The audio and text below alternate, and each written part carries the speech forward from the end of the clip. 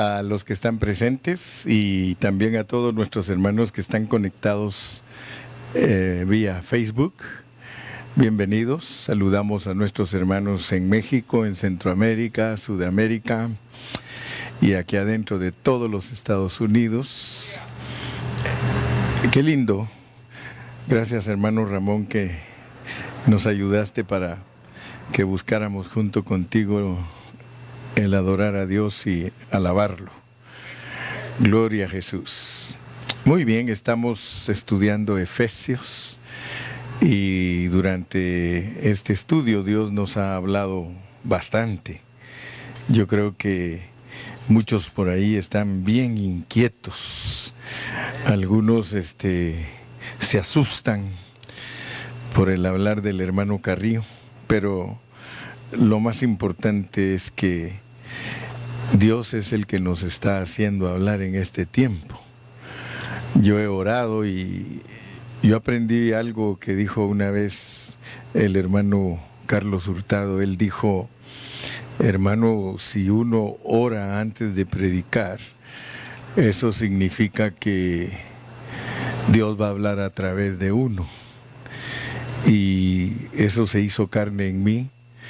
Y cada vez que voy a predicar yo oro para que el Señor tome control total de mis labios. Quiero que leamos una escritura. Vamos a ir a Efesios 4. Hoy voy a presentar el resumen del capítulo 4. Y por eso vamos a leer unos versículos que nos van a ocupar. Vamos a leer Efesios 4 de el 18 al 25. Efesios 4, 18 al 25. Cuando todos lo tengan me dicen amén. Dice: teniendo el entendimiento entenebrecido, ajenos de la vida de Dios, por la ignorancia que en ellos hay, por la dureza de su corazón, los cuales después que perdieron toda sensibilidad, se entregaron a la lascivia para cometer con avidez toda clase de impureza. Mas vosotros no habéis aprendido así a Cristo, si en verdad le habéis oído y habéis sido por él enseñados, conforme a la verdad que está en Jesús. En cuanto a la pasada manera de vivir, despojaos del viejo hombre que está viciado conforme a los deseos engañosos, y renovaos en el espíritu de vuestra mente, y vestíos del nuevo hombre creado según Dios, en la justicia y santidad de la verdad. Por lo cual, desechando la mentira, hablad verdad cada uno con su prójimo, porque somos miembros los unos de los otros. Padre Celestial, gracias en esta noche, porque hemos leído estos versículos y ahora queremos meditar en ellos y queremos hacer un resumen, Señor, de el capítulo 4, para que todos quedemos efesenciados, que verdaderamente digamos: gracias, Señor, porque yo pude entender el mensaje de Efesios. Señor, que cada uno de los capítulos de Efesios quede grabado en nuestro corazón. Y gracias porque nos has permitido llegar hasta aquí estudiando Efesios, y hoy vamos a terminar el capítulo 4. Ya solo nos falta el 5 y el 6, pero yo creo, Señor, que todos estamos teniendo un entendimiento completo de la epístola a los Efesios. Bendigo a todos mis hermanos y te doy gracias porque sé que vas a usar mis labios para revelar tu palabra. En el nombre de Cristo Jesús te damos gracias. Amén. Amén. Gloria a Dios. Si nosotros nos ponemos a recordar lo que cada capítulo nos ha enseñado, creo que pasaríamos bastante tiempo aquí hablando, porque este es el mensaje número 50. Y durante 50 horas Dios nos ha hablado a través de Efesios. Y quiero por favor que nos concentremos, porque hay dos cosas que el Señor quiere que nos queden bien marcadas respecto al capítulo 4. Y se podría decir que los versículos centrales de este capítulo 4 son el versículo 20 y el 21.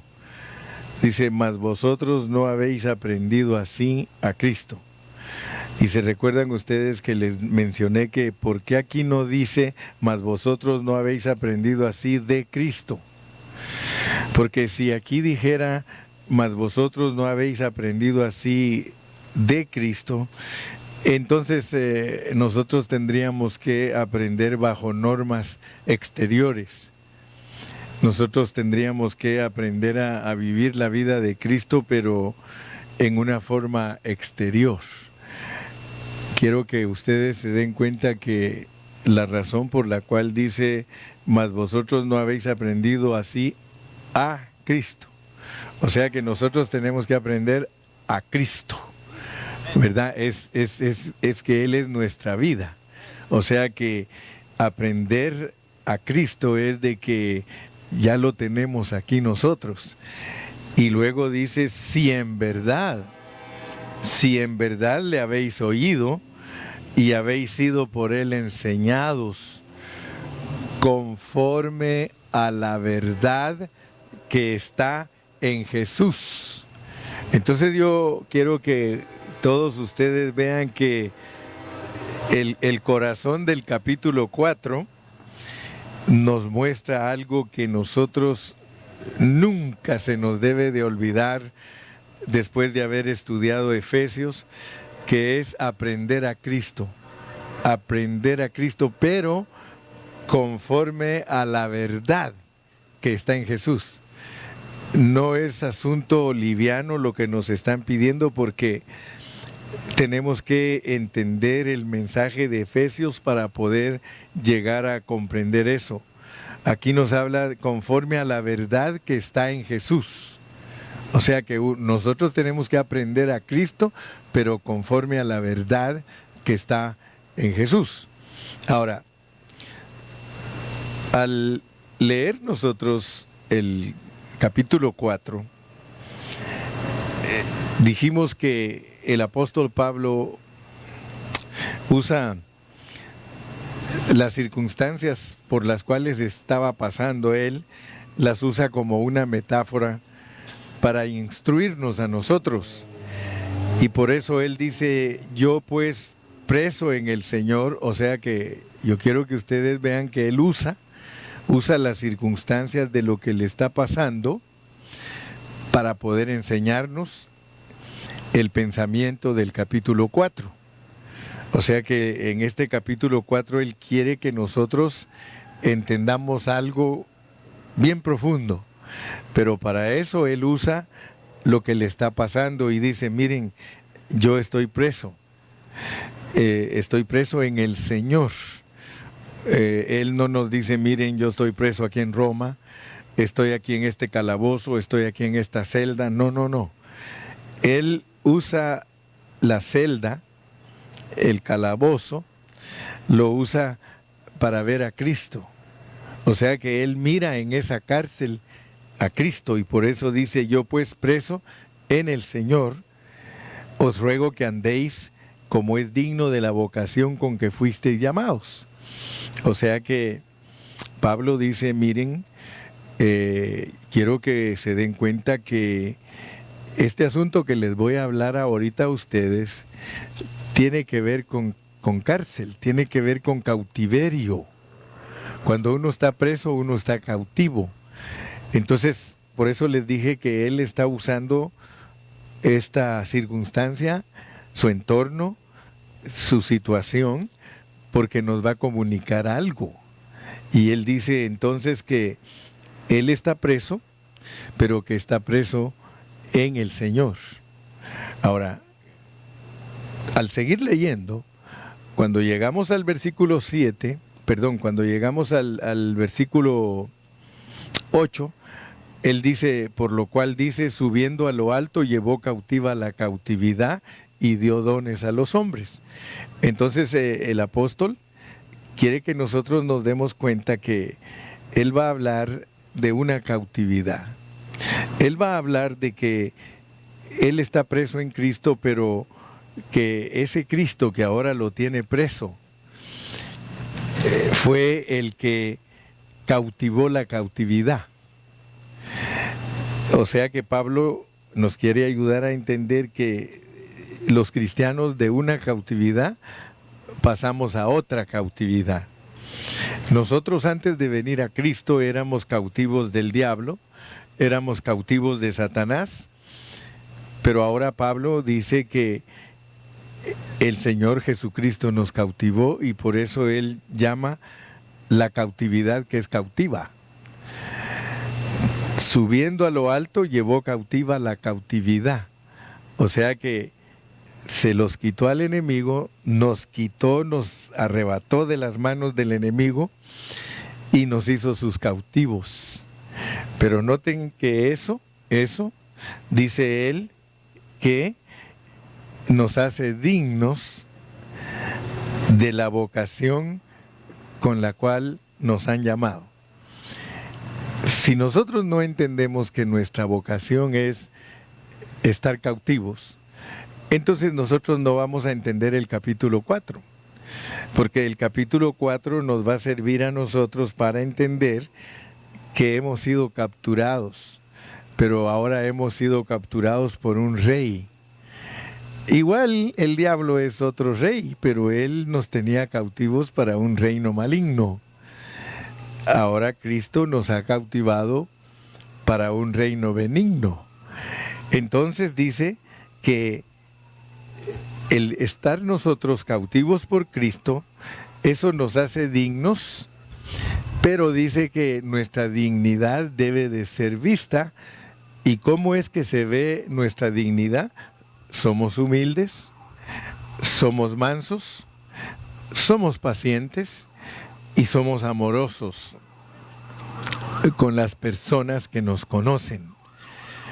Especialmente aquí, en este contexto, se refiere a la iglesia, o sea, a los hermanos. Nosotros podemos mostrar nuestra dignidad de nuestro llamado teniendo estas virtudes o exhibiendo estas virtudes: humildad, mansedumbre, paciencia y amor.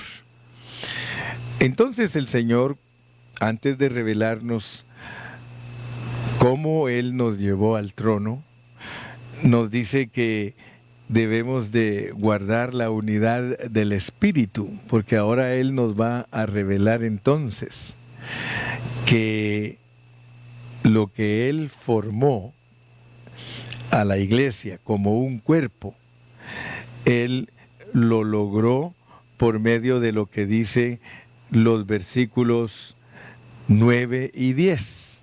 Dice, y eso de que subió, ¿qué es?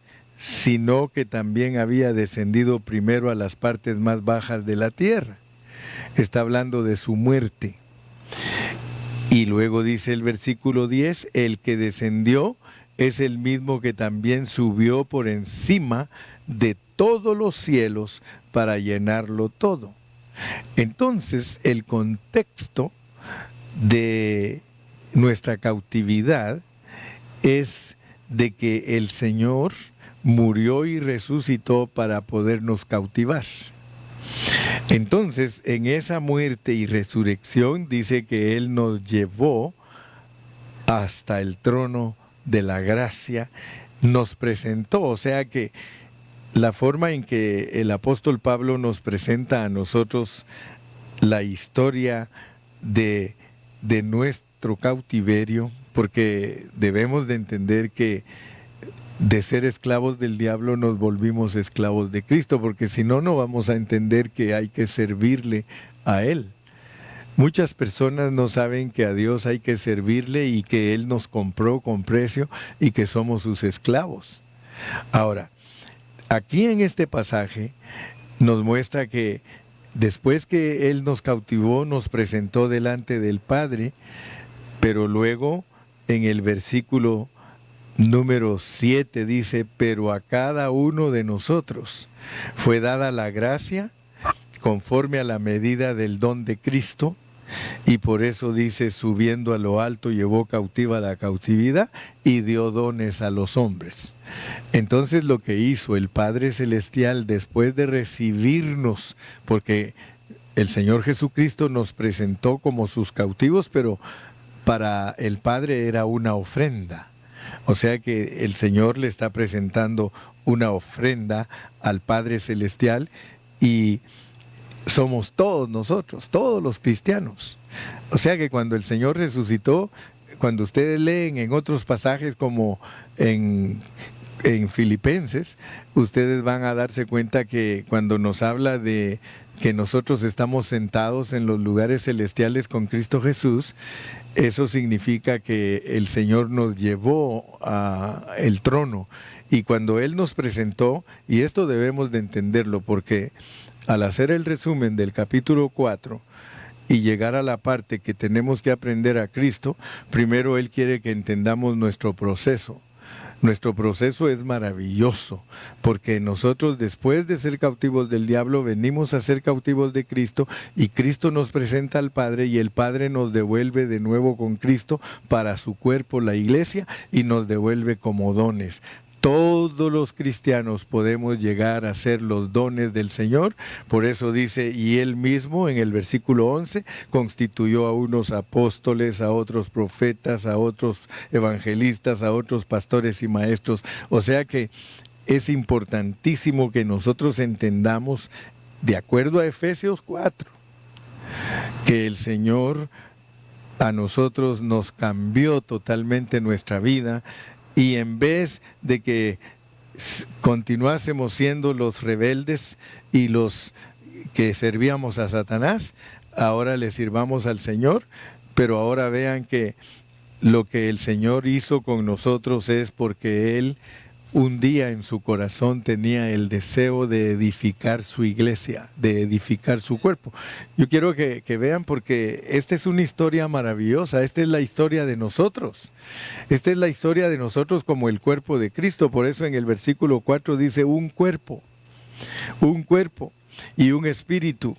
Dice, como fuisteis también llamados en una misma esperanza. Y les dije cuando llegamos a este punto, que aquí nos pone al revés del capítulo 1. En el capítulo 1 nos pone que el Padre nos escogió y nos predestinó. Luego en el versículo 7 dice que el Señor nos redimió. Y luego cuando llegamos a los versículos 13 y 14 nos dice que nos selló con el Espíritu. Ahora nos pone al revés. Con el Espíritu nos hizo un cuerpo. En el verso 5 tenemos al Señor, un Señor, por medio de una fe y un bautismo, y nos va a llevar al origen, que es el Padre, un Dios y Padre de todos, el cual es sobre todos y por todos y en todos. Entonces lo que hace el apóstol es de que en el capítulo 4 nos presenta en una manera inversa de cómo estamos en el capítulo 1, pero lo maravilloso es que en el capítulo 1 muestra el material, que es la cabeza, y que es el Dios triuno procesado para que exista la iglesia. En el capítulo 2 nos muestra el material, que somos nosotros, que estábamos muertos en nuestros delitos y pecados, y nos dio vida para formar parte del cuerpo de Cristo. Y en el capítulo 3 nos mostró que eso es un misterio y que estaba escondido, pero en el capítulo 4 nos muestra nuestra historia de cómo Él nos cautiva, nos presenta en el cielo y nos devuelven como dones para que esa iglesia sea edificada. Entonces aquí en el capítulo 4 nosotros podemos ver el propósito de Dios para la iglesia. La iglesia es el edificio de Dios, la iglesia es la edificación de Dios, es el trabajo que Él está haciendo.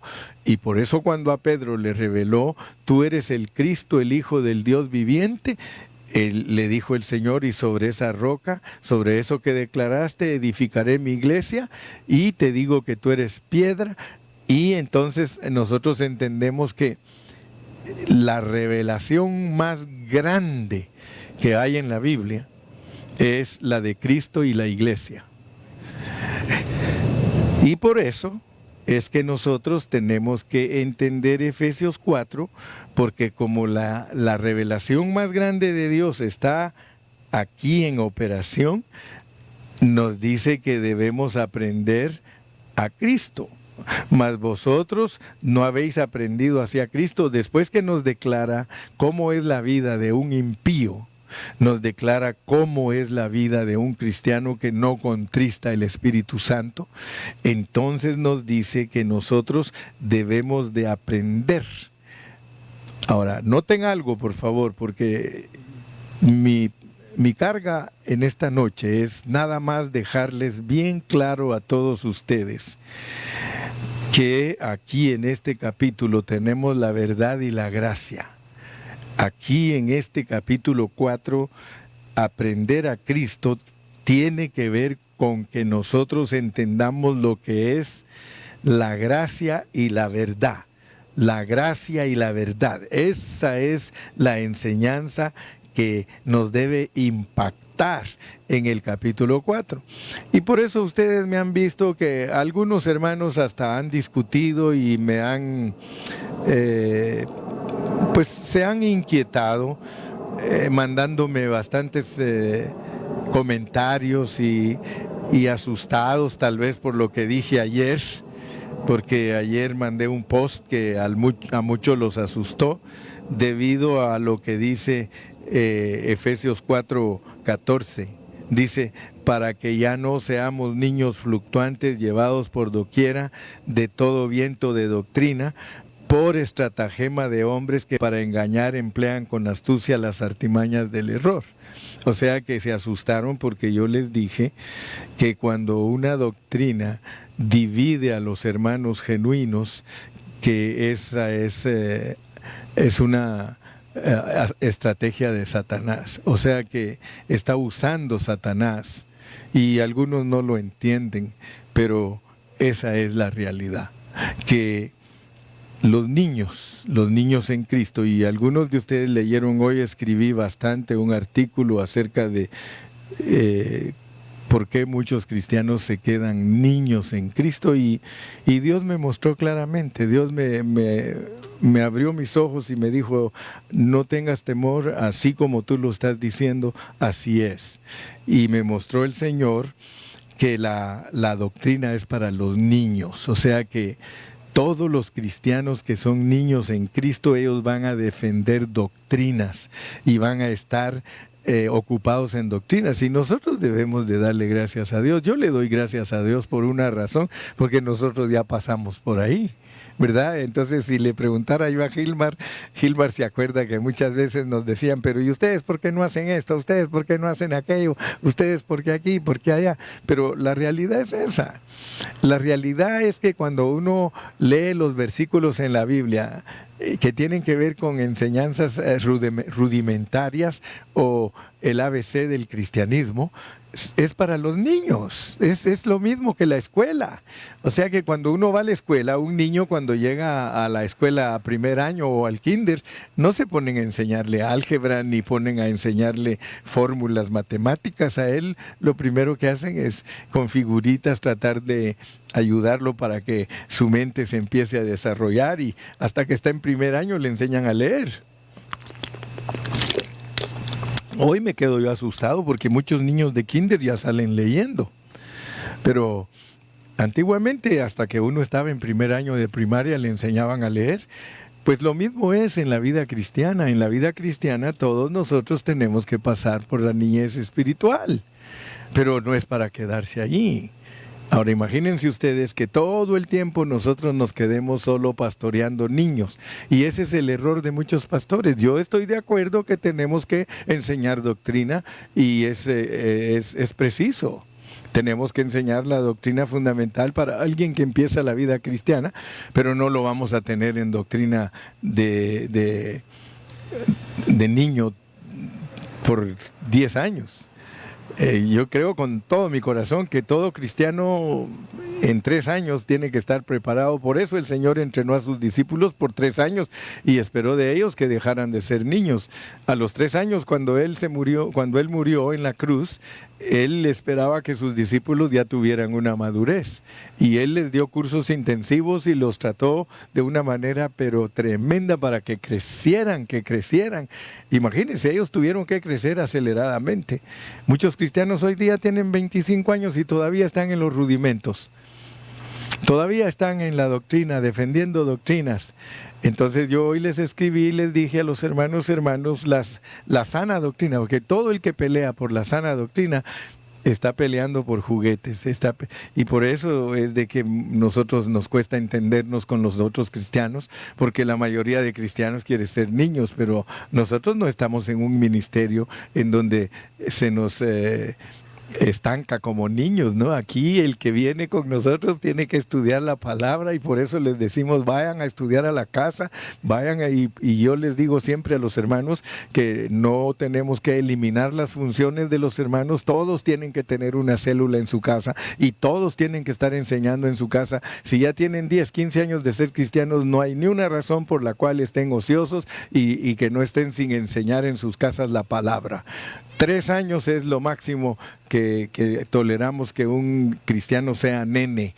Ya después, hermano, tenemos que pedirle a Dios que le abra sus ojos y que lo ayude. Entonces, vean pues cómo funciona el capítulo 4, porque el capítulo 4 tiene este corazón, yo le llamo, estos 2 versículos son el corazón del capítulo 4, mas vosotros no habéis aprendido así a Cristo, si en verdad le habéis oído y habéis sido por él enseñados conforme a la verdad que está en Jesús. Entonces yo puse que las doctrinas son para los niños y la verdad son para los maduros. La verdad es para los maduros. Algunos hermanos me da pena a mí porque no saben todavía delinear lo que es la verdad que está en Jesús. Hay hermanos que como que quieren atinarle, pero la realidad es que no le vamos a atinar si no nos metemos a los contextos de la palabra, porque solo la palabra es la que nos dice qué quiere decir cada cosa. Ahora, si yo explico la palabra verdad con el contexto, yo estoy siendo bíblico. Pero si yo digo que la verdad significa esto, que significa aquello, que significa el otro, pero no estoy tocando la realidad del contexto, entonces, hermano, yo no estoy pegando en el centro. Ustedes me han oído a mí mucho usar esa expresión, pegar en el centro, porque cuando uno predica la palabra, quiero decirles que no todos los predicadores pegan en el centro. ¿Cuál es la verdad? Primero tenemos que saber por qué en Juan 1:17 ahí nos dice, el escritor de Juan nos dice que la gracia y la verdad nos vinieron por Jesucristo. La gracia y la verdad nos vinieron por Jesucristo, y nos debe de sorprender que por qué no dice que la verdad y la gracia nos vinieron por Jesucristo, sino que dice la gracia y la verdad nos vinieron por Jesucristo. Como decía un hermano, él dice, yo no entendía por qué Dios puso que primero nos vino la gracia y después dice que vino la realidad o la verdad, pero valga la redundancia, la verdad de todo esto es de que uno disfruta a Cristo como gracia desde que acepta a Él, porque cuando venimos a Cristo venimos cieguitos. Cuando nosotros aceptamos a Cristo, todo el que acepta a Cristo viene como un cieguito a la vida de la iglesia. Él no sabe nada de la Biblia. Ninguno de nosotros cuando aceptó a Cristo sabía de la Biblia. Gracias a Dios que Dios nos convenció, ¿no creen ustedes? Qué maravilloso que Él nos convenció sin saber nada. O sea que esto no es de doctores ni de eruditos, sino que de personas ignorantes. Dios nos llamó en nuestra ignorancia, en nuestros delitos y pecados, y nos capturó, gloria a Dios. Y entonces, después nosotros empezamos a aprender la Biblia, porque Dios usó a hermanos que nos enseñaran la Biblia. Bendito sea el nombre de Jesús. Entonces, mis amados, debemos de entender que disfrutamos a Cristo como nuestra gracia por muchos años, porque la realidad es que como la verdad, no tenemos muchos años de estarlo disfrutando como la verdad, como conociéndolo ya en una forma profunda, en una forma, es más, a veces uno siente que la semana pasada le revelaron algo que ni sabía, ¿sí o no? Puede ser que hoy mismo Dios nos esté revelando cosas que no sabemos. Entonces quiere decir que nosotros, esto es muy real, hermanos, pasamos por nuestra etapa de crecimiento y disfrutamos a Cristo como gracia. Yo he disfrutado a Cristo como gracia por muchos años sin saber muchas cosas. Muchas cosas no las sabía y gracias a Dios que con el tiempo Dios me ha revelado muchas cosas maravillosas. Entonces quiere decir que cuando en Juan dice que la gracia y la realidad nos vinieron por Jesucristo, la gracia y la verdad nos está llegando. Hay muchos hermanos que todavía no conocen la verdad, especialmente bajo su contexto. Porque usted y yo tenemos que entender que aquí nos dice, mas vosotros no habéis aprendido hacia Cristo, si en verdad le habéis oído y habéis sido por Él enseñados, conforme a la verdad que está en Jesús. Ahora yo le voy a decir a usted lo que es aprender a Cristo, conforme a la verdad que está en Jesús. ¿Cuál es la verdad que está en Jesús? Aquí está. La verdad que está en Jesús dice en el versículo 22. En cuanto a la pasada manera de vivir, despojaos del viejo hombre. Fíjense pues, la verdad que está en Jesús. Porque si yo no explico la verdad que está en Jesús en su contexto, entonces ninguno va a saber lo que es aprender a Cristo conforme a la verdad que está en Jesús. ¿Cuántos quieren aprender a Cristo conforme a la verdad que está en Jesús? Yo quiero. Entonces, pensemos un momento en el Señor Jesús. Acuérdese usted del Señor Jesús cuando Él vivió aquí en la tierra, porque dice la palabra de Dios en Juan 1:14. Y aquel verbo tabernaculizó entre nosotros y vimos su gloria.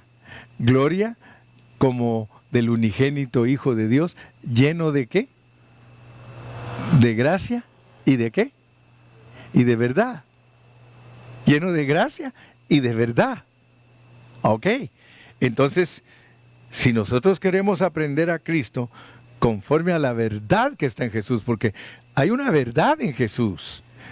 O sea que Él era la corporificación de la verdad. Pero ¿cuál era la verdad? Era que Él se despojó de su humanidad. Él puso a un lado su humanidad y se vistió de Dios. Se vistió de Dios. Eso es, dice, en cuanto a la pasada manera de vivir, despojaos del viejo hombre que está viciado conforme a los deseos engañosos y renovaos en el espíritu de vuestra mente y vestíos del nuevo hombre creado según Dios en la justicia y santidad de la verdad. Fíjense pues, porque hay un viejo hombre y hay un nuevo hombre. Cuando nosotros hablamos del nuevo hombre, nosotros estamos hablando de alguien que no tiene nacionalidad terrenal, no tiene cultura terrenal, no es político porque no es un ciudadano de aquí de la tierra. Entonces, por favor, mis amados, en esta noche yo les pido en el amor de Cristo y les ruego en el amor de Cristo que nosotros, hermano, seamos enseñados conforme a la verdad que está en Jesús. La verdad que está en Jesús es que Él vivió la vida de Dios. Entonces, nosotros tenemos que saber lo que es la verdad.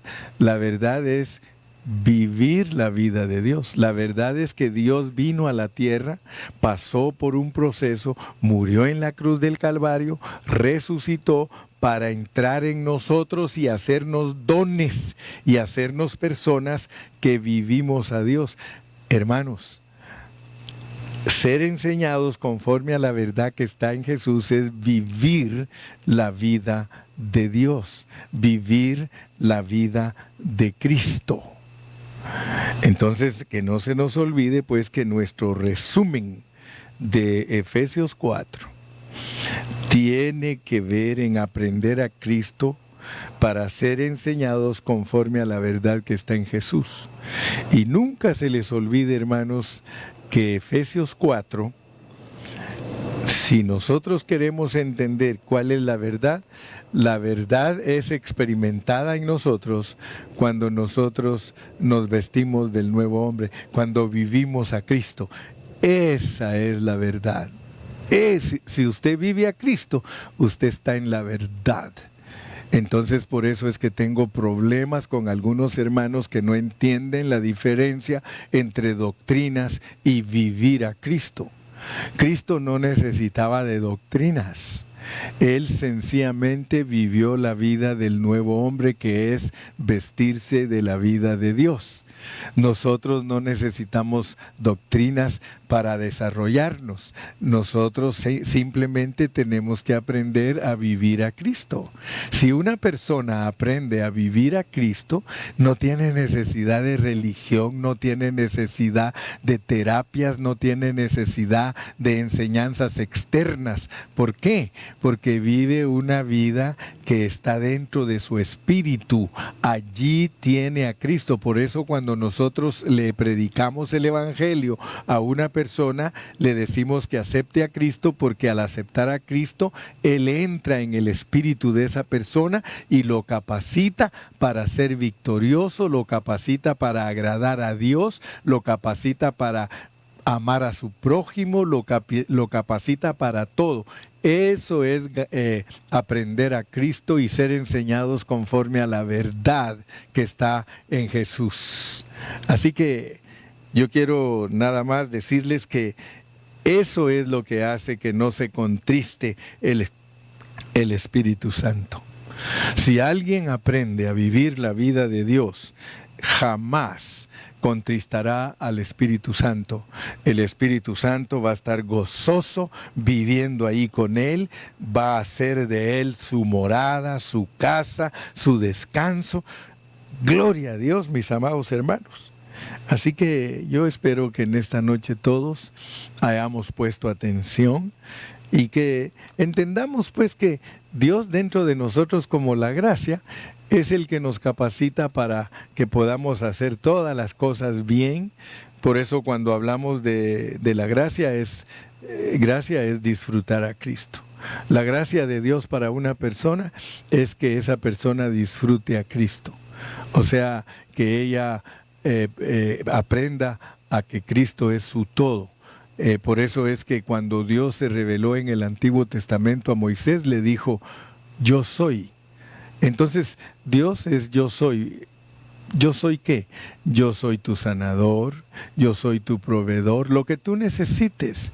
Hay 750 nombres en la Biblia que tú puedes agregarle a yo soy, porque cuando Dios le dijo a Moisés que se presentara a Faraón para liberar su pueblo, dijo Moisés, y si me preguntan quién me envió, ¿quién les digo? Y él les dijo, diles que yo soy te envió. Entonces tú, hermano, tú, amigo, cualquiera que me está escuchando por la televisión, tiene que saber que Dios es para usted lo que usted necesita. Si usted necesita consolación, Dios es su consolación. Si usted necesita gozo, Dios es su gozo. Si usted necesita ánimo, Dios es su ánimo. Aún si usted necesita comida física, Él es Jireh, su proveedor. Él es todo para nosotros, como gracia, aleluya, y como verdad, te está pidiendo que vivas algo para Él. Entonces la gracia es todo lo que Él nos da. Y por eso es que tú te das cuenta que los niñitos en Cristo que defienden las doctrinas, ellos todo el tiempo solo están hablando de lo que Dios da. Dios te puede dar gozo, Dios te puede dar satisfacción, Dios te puede dar, ¿por qué? Porque solo lo conocemos como la gracia. Pero Él no vino solo como la gracia. Dice que por Él vino la gracia y la verdad. Entonces, échale mano a la verdad, que es que tú lo experimentes a Él y que lo vivas a Él para que tú seas igual a Él delante del Padre Celestial y que entonces Dios pueda galardonarte por esa colaboración que tú tienes para con Dios.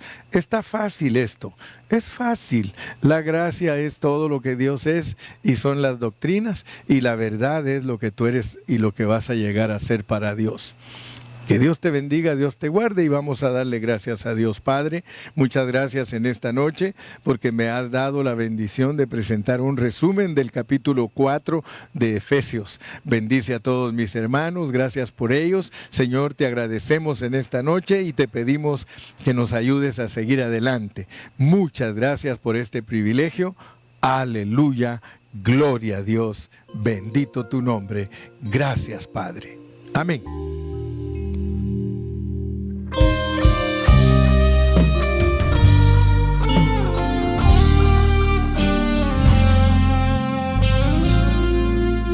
Quiero decirte, Cristo, cuánto te amo.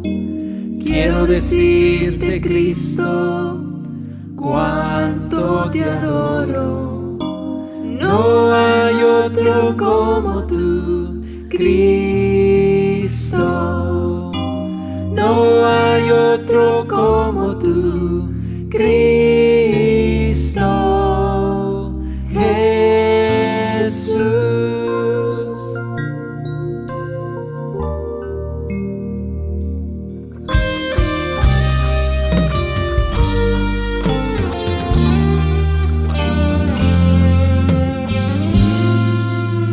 Quiero decirte, Cristo, cuánto te amo.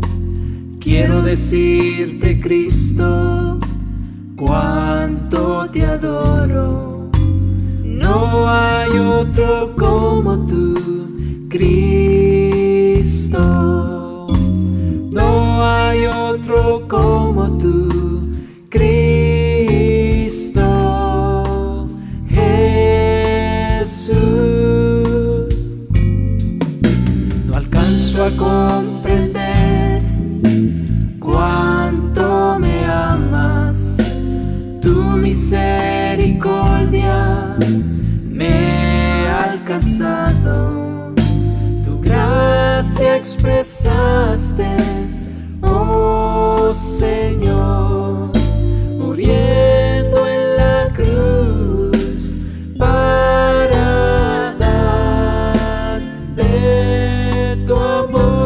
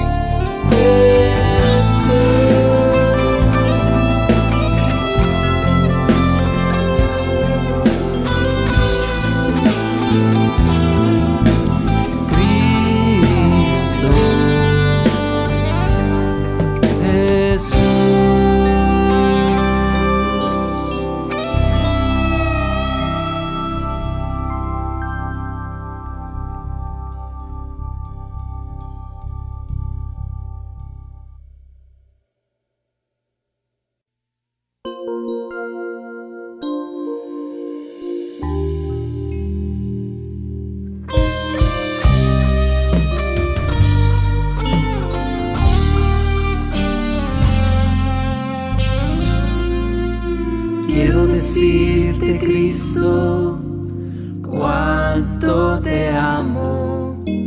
Quiero decirte, Cristo, cuánto te adoro. No hay otro como tú, Cristo. No hay otro como tú, Cristo Jesús.